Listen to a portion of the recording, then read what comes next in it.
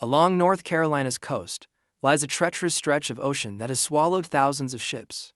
Known as the Graveyard of the Atlantic, it's one of the most infamous maritime graveyards in the world. These waters have claimed vessels of all kinds. Pirate ships, merchant vessels, warships, and even modern freighters, each with its own tale of disaster. But what makes this region so dangerous? Why have so many ships met their end here? And what stories remain hidden beneath the waves?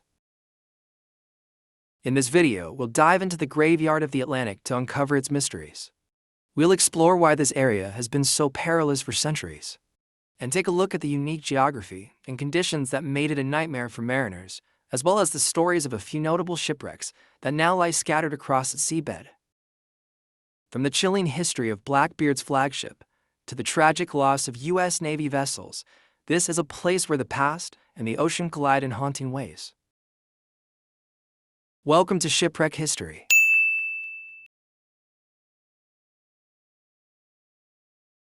The Graveyard of the Atlantic stretches along the outer banks of North Carolina, a series of narrow barrier islands that extend into the Atlantic Ocean, but its scope reaches far beyond. The perilous region begins around Cape Hatteras, covering the waters to the south and east, including Diamond Shoals, a notorious spot which has claimed countless vessels. However, the term Graveyard of the Atlantic is also used to describe treacherous areas further north, such as Cape Cod in Massachusetts and Sable Island off the coast of Nova Scotia, both of which have a similarly grim history of shipwrecks. The Graveyard of the Atlantic earned its name for a reason. Navigating these waters is a harrowing challenge. What makes these areas so dangerous is a unique confluence of natural factors. The Graveyard of the Atlantic poses challenges just based on its geographical location. The Outer Banks lie in a region prone to hurricanes, tropical storms, and powerful nor'easters, each capable of creating massive waves and violent wind that can overwhelm even the sturdiest ships, destroying them within minutes. The waters in the region are where warm and cold ocean currents collide. Off Cape Hatteras, the warm Gulf Stream flowing northward from the Caribbean collides with the cold Labrador Current moving south from the Arctic. This meeting of powerful ocean currents produces violent swells and frequent fog, leading to unpredictable and challenging conditions. Unpredictable weather is not the only significant threat. The shoals off the Outer Banks, Cape Cod, and Sable Island turn an already dangerous journey into a lethal trap. These ever-shifting, underwater ridges are treacherous for ships that may get trapped if they stray close to shore. Grounding on a shoal could mean being stranded in rough waters, potentially running aground, or being smashed to pieces by relentless waves. Diamond Shoals near Cape Hatteras is the most infamous shoal off the coast of the Outer Banks. Over the years, it was named the Graveyard of the Atlantic's Heart for the high concentration of wrecks in this area. Further north, the currents and shifting sands around Cape Cod and Sable Island create similarly hazardous environments, with Sable Island's infamous sandbars earning its own nickname of the Graveyard of the North Atlantic. Even with modern sonar, the shifting seabed remains a challenge for mariners to this day. Natural hazards are not the only threat in the Graveyard of the Atlantic. Human factors have only amplified the dangers. Before the advent of radar, GPS, and satellite navigation, sailors relied on rudimentary tools like compasses, sextants, and charts, tools that were no match for the unpredictable waters of the Outer Banks. Navigational errors were common, especially in bad weather or fog, leading to tragic miscalculations. Historically, the Graveyard of the Atlantic served as a critical hub for trade, war, and piracy. The waters around Cape Hatteras were a major shipping lane for vessels carrying goods along the eastern seaboard, while Cape Cod and Sable Island saw significant maritime traffic in the North Atlantic trade routes. The convergence of major shipping routes along the eastern seaboard meant these treacherous waters were also heavily trafficked. This high volume of maritime activity increased the likelihood of collisions, particularly in the 18th and 19th centuries when steamships and sailing vessels shared the same waters. The region's importance as a trade and war hub further compounded the risks. Ships loaded with goods, troops, or weaponry not only found themselves at the mercy of the elements, but also in the crosshairs of pirates or enemy submarines in wartime. During wartime, the entire region became a battleground. Ships from both world wars met their fates in its treacherous waters due to submarine attacks, naval skirmishes, and mines.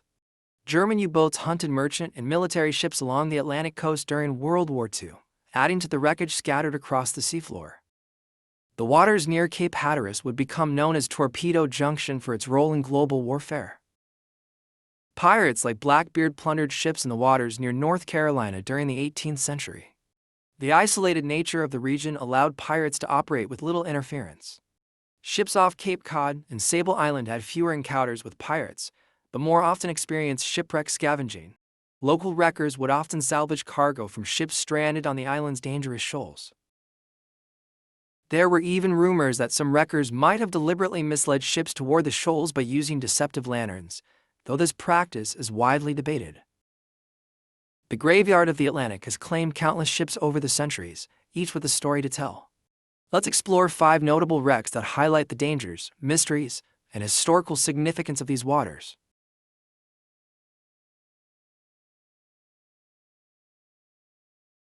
The Carol Aaran is one of the most enigmatic shipwrecks in the history of the graveyard of the Atlantic. Built in 1919 in Bath, Maine, the 5-masted schooner was a state-of-the-art cargo vessel of its time and was designed to carry coal and other goods along the eastern seaboard. Commanded by Captain W.B. Wormel, the ship set sail in late 1920 from Norfolk, Virginia, bound for Rio de Janeiro with a cargo of coal. After successfully completing its delivery, the Deering began its return voyage to the United States in January 1921. What should have been a routine journey turned into one of the greatest maritime mysteries of the 20th century. On January 31, 1921, the Carol Aaran was discovered run aground on the treacherous Diamond Shoals off the coast of North Carolina.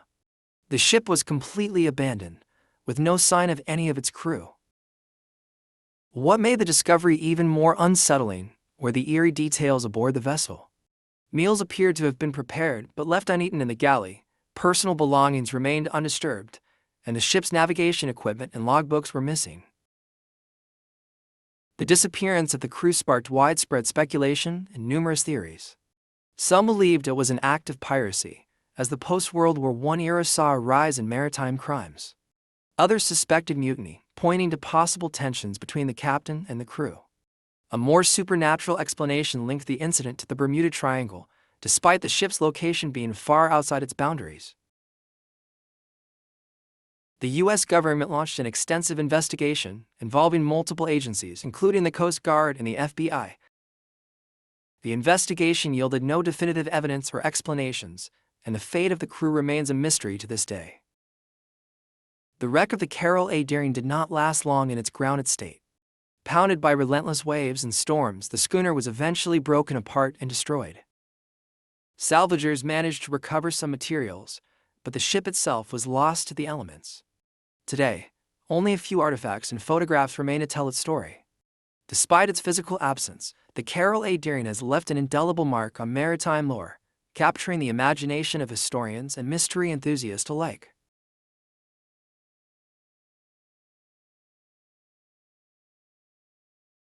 The USS Monitor, launched in January 1862, was a groundbreaking ironclad warship that changed naval warfare forever. Designed by John Erickson, it featured a revolutionary rotating gun turret, a low profile, and heavy iron armor, making it a formidable opponent. The Monitor quickly entered the history books during the Battle of Hampton Roads in March 1862, where it faced off against the Confederate ironclad, CSS Virginia, in the first-ever clash of iron-armored warships. The two vessels battled to a draw, but the Monitor's design demonstrated how antiquated the use of wooden warships was, and ushered in a new era of naval engineering. Despite its technological advancements, the Monitor was not without flaws. Its design was ideal for calm, inland waters, and it proved problematic in rough seas. On December 31, 1862, the Monitor was being towed southward to join Union operations off the coast of North Carolina. As it neared Cape Hatteras, a fierce storm struck. The ironclad's low freeboard left it vulnerable to towering waves, which quickly overwhelmed the vessel. Water poured into its engine room, rendering it powerless, and despite desperate efforts by the crew, it sank. 16 of the Monitor's 62 crew members perished in the disaster, marking a tragic end to the storied vessel. The wreck of the USS Monitor remained undiscovered for over a century, until it was located in 1973, off the coast of Cape Hatteras.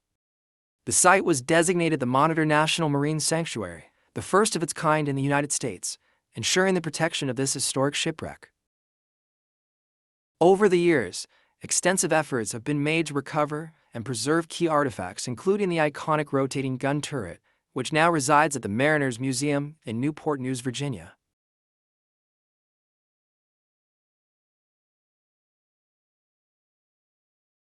Perhaps no shipwreck ties the graveyard of the Atlantic more firmly to piracy lore than the Queen Anne's Revenge, the infamous flagship of the pirate Blackbeard.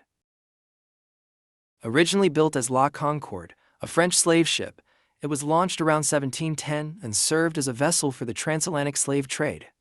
In late 1717, Blackbeard and his crew captured the ship off the coast of the Caribbean, refitting it as his flagship and renaming it the Queen Anne's Revenge. Armed with 40 cannons, the ship became one of the most feared vessels of the era, a symbol of Blackbeard's dominance during the golden age of piracy. The ship's time under Blackbeard's command was short but eventful. Blackbeard used the Queen Anne's Revenge to terrorize shipping lanes along the American colonies and in the Caribbean. In the spring of 1718, he famously blockaded the port of Charleston, South Carolina, holding prominent hostages for ransom. Soon after, Blackbeard's motives became less about expansion and more about consolidation. In June 1718, he deliberately ran the Queen Anne's Revenge aground near Beaufort Inlet, off the coast of North Carolina. Historians speculate that this was a calculated move to abandon his larger crew, reducing the risk of mutiny and allowing him to escape with a select group and a share of the loot. The ship's grounding ended its seafaring days, leaving it to the shifting sands of the inlet. For centuries, the Queen Anne's Revenge remained shrouded in mystery, its final resting place unknown. The wreck was rediscovered in 1996 and quickly identified based on its location and the artifacts recovered. The discovery was a significant archaeological find, offering tangible links to the notorious pirate and his exploits. Excavations at the site have yielded thousands of artifacts, including cannons, medical equipment, gold dust, and personal items belonging to the crew. These findings have provided rare insights into life aboard a pirate ship and the maritime history of the early 18th century. The wreck site of the Queen Anne's Revenge is now protected under state and federal law, ensuring its preservation. Even today, the story of Blackbeard and his flagship captures the imagination of many and offers a vivid window into the perilous and often brutal world of piracy during its golden age.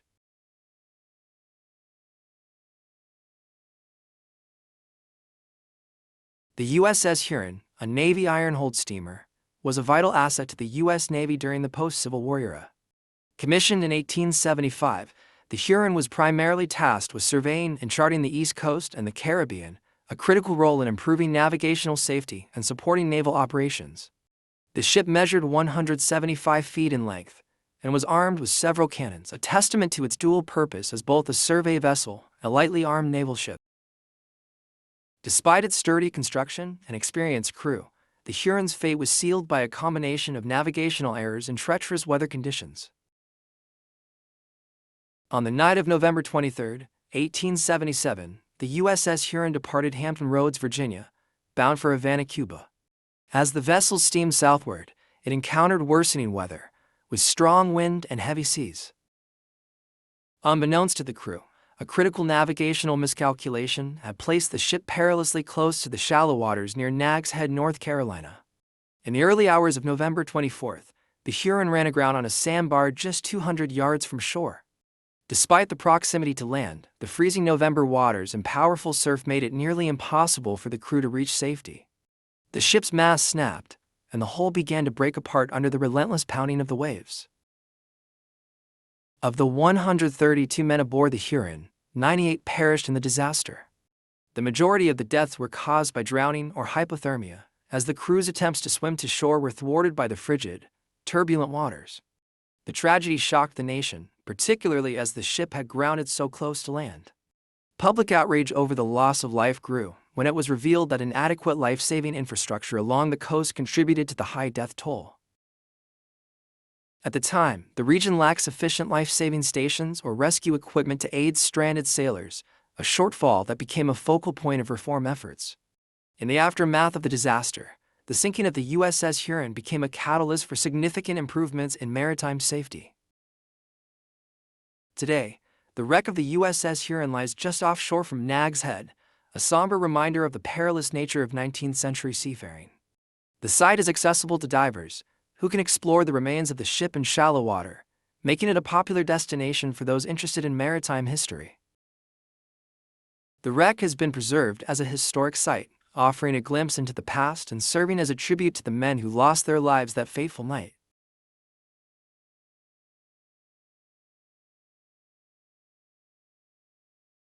The U-701, a German U-boat, represents one of the many remnants of World War II, lying within the graveyard of the Atlantic.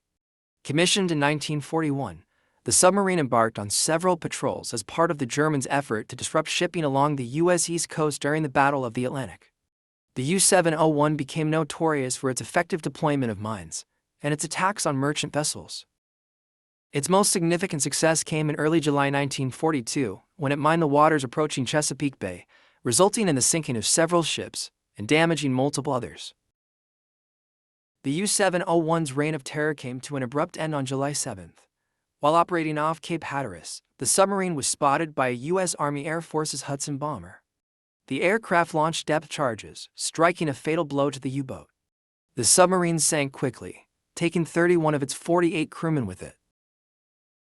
Of the 17 that escaped, only 7 crewmen survived and were later rescued, marking a rare instance of U-boat crew members being captured alive during the war. The incident highlighted the increasing effectiveness of anti-submarine tactics, which would eventually turn the tide of the Battle of the Atlantic. The wreck of the U-701 remained undiscovered for decades until it was located in 1989 by a team of divers. Resting in about 110 feet of water off the coast of Cape Hatteras, the submarine has since been designated a war grave, protected under international agreements. The site attracts divers and historians alike, serving as a poignant reminder of the fierce underwater battles that defined the Atlantic during World War II. The U-701's story underscores the strategic importance of the waters off the Outer Banks during wartime, and the enduring legacy of the graveyard of the Atlantic as a stage for both human ambition and tragedy. The graveyard of the Atlantic is more than just a final resting place of shipwrecks, it's a repository of maritime history.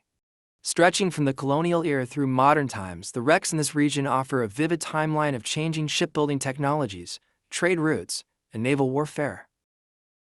Organizations such as the National Oceanic and Atmospheric Administration play a key role in studying and protecting these wrecks.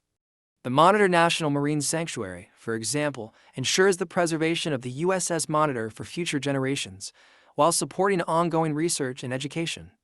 These ongoing efforts underscore the importance of balancing exploration with conservation. How many more secrets does this graveyard of the Atlantic still hold, waiting to be uncovered beneath the waves? If you enjoyed this video, don't forget to like and share, and subscribe for all things shipwrecks. Let us know in the comments what ships you want us to cover next. Until next time, keep exploring.